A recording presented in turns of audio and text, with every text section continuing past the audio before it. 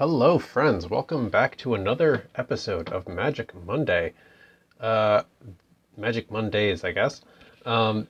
This is a deck that I've called Let the Armies Hit the Floor. Shout out Drowning Pool circa 2000. And our commander is Mauhúr, Uruk-hai Captain. So he is a 2/2 for 2 mana, red-black. He's an orc soldier with menace, and if one or more 1/1 counters would be put on an army, goblin, or orc you control, that many +1 are put on it instead. It's not the most spectacular commander. I understand that. There's actually cards in this deck that are quote-unquote better commanders than this guy. But this goes back to the idea behind this whole series, which is we're doing stuff for fun. And we're using commanders that are a little bit more off the beaten path. So this is an uncommon. And if you are playing Arena and you got 5 packs of the Lord of the Rings set, there's a pretty good chance you got this guy. So the idea is very simple. Army, Goblin, or Orc. And then try to get counters on them. So we've got some equipment. We got Bone Saw, we got Barrow Blade, we got Basilisk Collar, we got the Cliffhaven Kite Sail, Leather Armor, stuff like that, just to kind of bump it up a little bit. Some 1 mana cost here. We make our opponent sacrifice a creature. We can sacrifice something to destroy one of their things. Some more removal. This is equipment and also can return a creature from my graveyard to my hand, but whenever a creature I control dies, put a 1/1 counter on equipped creature. So again, we're adding counters. Inquisition here, just to remove something from my opponent's hand. March toward Perfection, that gives that 1/1 counter, which was kind of the main point of it being here. Vorpal Sword, another piece of equipment.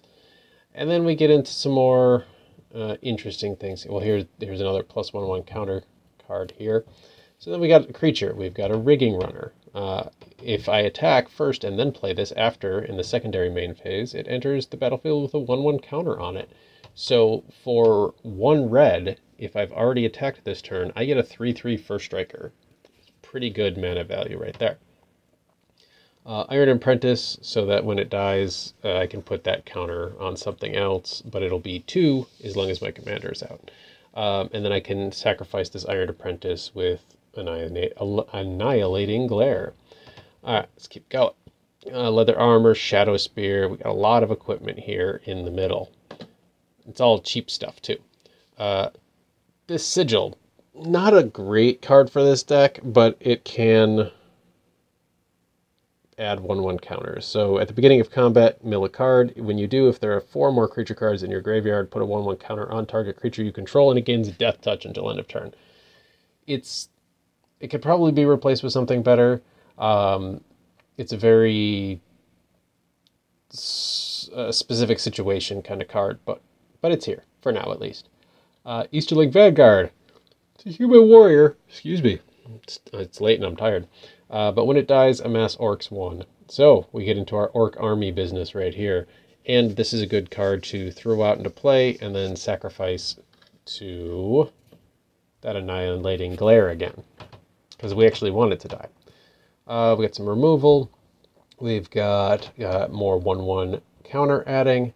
We've got more removal. We've got Gorebag. Gorebag is a legendary orc soldier, and I thought about building a deck right around Gorebag, because we could sacrifice goblins or orcs that deal combat damage to a player to either draw a card or make a treasure token. But honestly, he's just here because he's 2 mana for a 2/2 orc. I don't want to sacrifice my stuff to draw a card or create a treasure token. March from the Black Gate. Whenever it enters the battlefield and whenever an army I control attacks, amass orcs 1. So what this means is when I've got my commander out, every time I attack with an army, it gets +2/2. Pretty cool. Mordor Muster. Amass orcs and also draw a card and lose a life. Orcish Bowmaster, which is getting a lot of play lately. But it can deal a lot of damage, and it also amasses orcs. Orcish Medicine amasses orcs and can give my creature lifelink or indestructible until end of turn. We've got this Armory Veteran Orc Warrior. Again, it's just an Orc.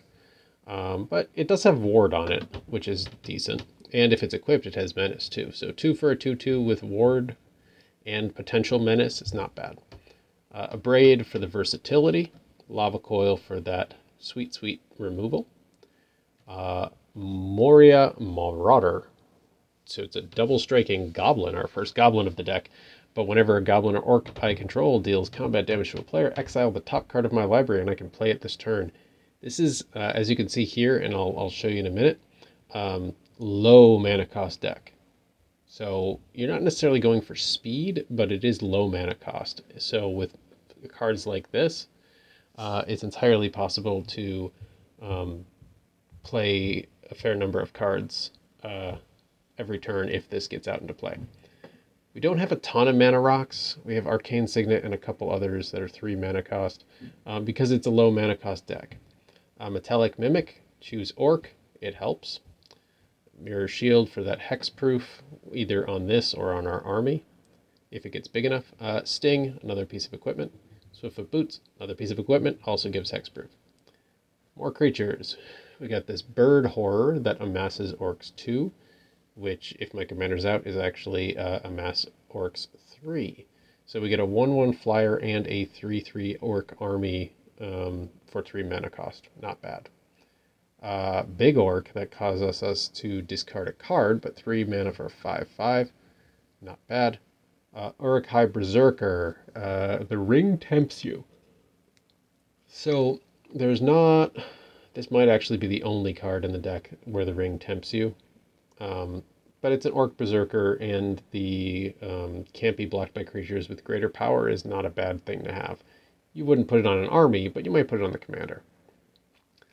Book of Mazarbul. Amass Orcs. Amass Orcs. Creatures you control get +1/0 and gain Menace. This is great to dump into play when the commander's out, because it just gets stupid big. I mean, this is add +5/5 to your army. Fall of Care Andros. Jeez. Whenever a creature an opponent control is dealt excess non-combat damage, amass Orcs X, where X is that excess damage, and I can pay 8 to deal 7 damage to target creature. This can get really silly in the right circumstances.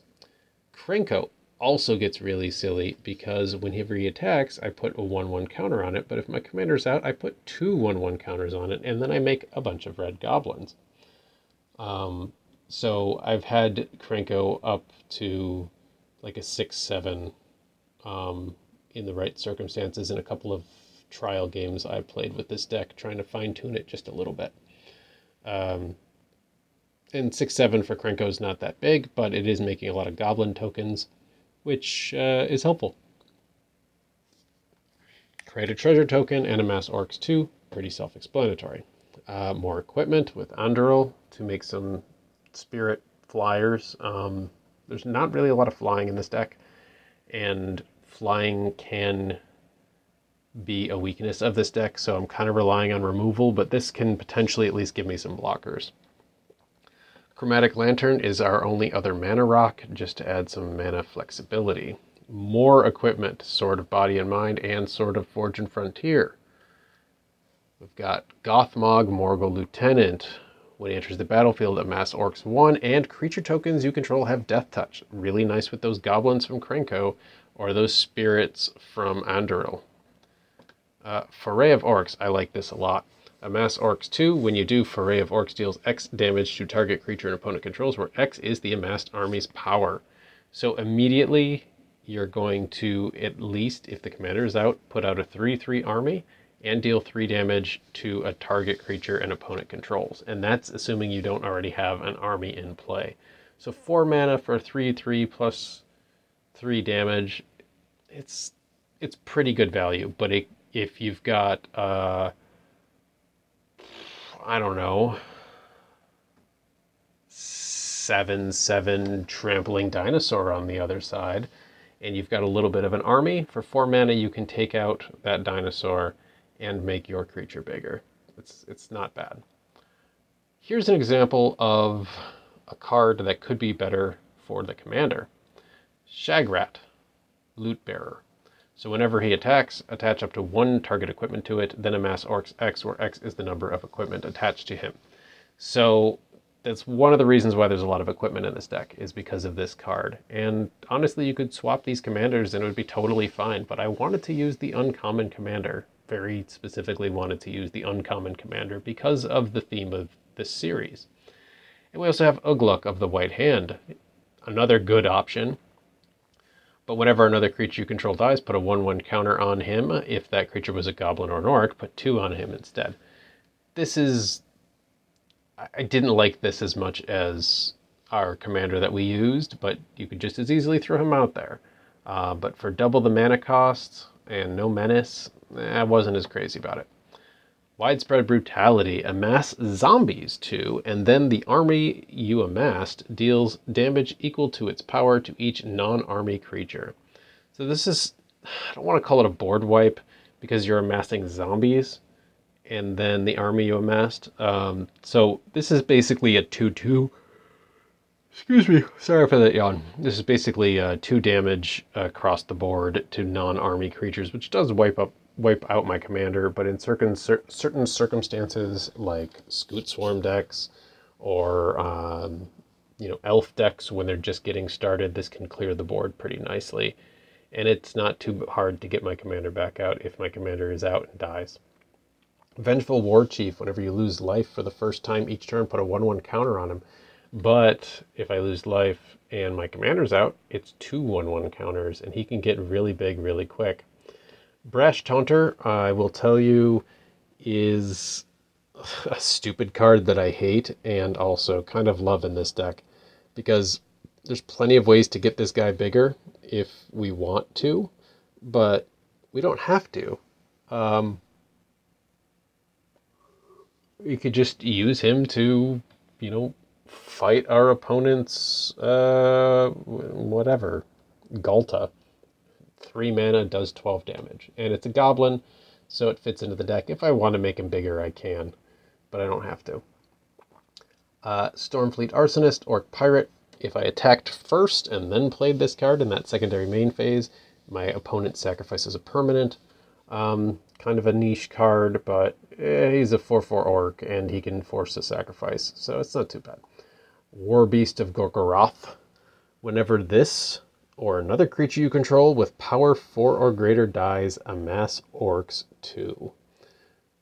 This is really nice. Imagine a circumstance where I have out my commander, and I know I'm going to scroll all the way up. Metallic Mimic of Orcs. So orcs would enter with an additional 1/1 counter and an additional 1/1 counter. It's really easy to get a 4/4 orc going here that just pretty much cycles through, and you can attack every turn and keep amassing. And when creatures die, there's lots of cards in here that things happen when a creature dies. And finally, Assault on Asciliath. So this is a little bit tough to get out because there's not a lot of red in this deck, and the 3 mana cost is tough. But amass Orcs X, and then goblins and orcs you control gain double strike and haste until end of turn. This is a card that you play right before you win. Otherwise, I don't know. I don't know what you would do with it. But it's easy to... if you have the mana, it's easy to see how this could win you a game. And then we just have some lands. This, because we can just keep putting 1/1 counters on legendary creatures, which is actually 2 for 2 1/1 counters if my commander's out. Some land searching, command tower for flexibility, flexibility, flexibility, flexibility, flexibility. And then our normal assortment of nice black lands like Phyrexian Tower, Gate of the Black Dragon to seek a non-land card if need be, Castle Locthwain for drawing some cards, Cabal Stronghold to add more mana if we have a bunch of swamps out, and Barad-dûr, which I'm highlighting last for a reason. First of all, that city in that art looks amazing. Second of all, whenever a creature dies, I can pay a minimum of 3 mana and amass a 1/1 orc. So why would I not do this? Like, why would this card not be in here? It makes too much sense. So that was a long introduction for this deck. Sorry about that. It was much longer than I expected. We'll just take a look at this real quick. As you can see, mana cost is 2.2 average, very low. 19 creatures, which is a little light, especially with that one card where you want to have 4 creatures in the graveyard to add 1/1 counters. But lots of equipment, 17 pieces of equipment for our 19 creatures. So that's it. That's the introduction. As always, please be kind to yourselves and each other, and let's play some games.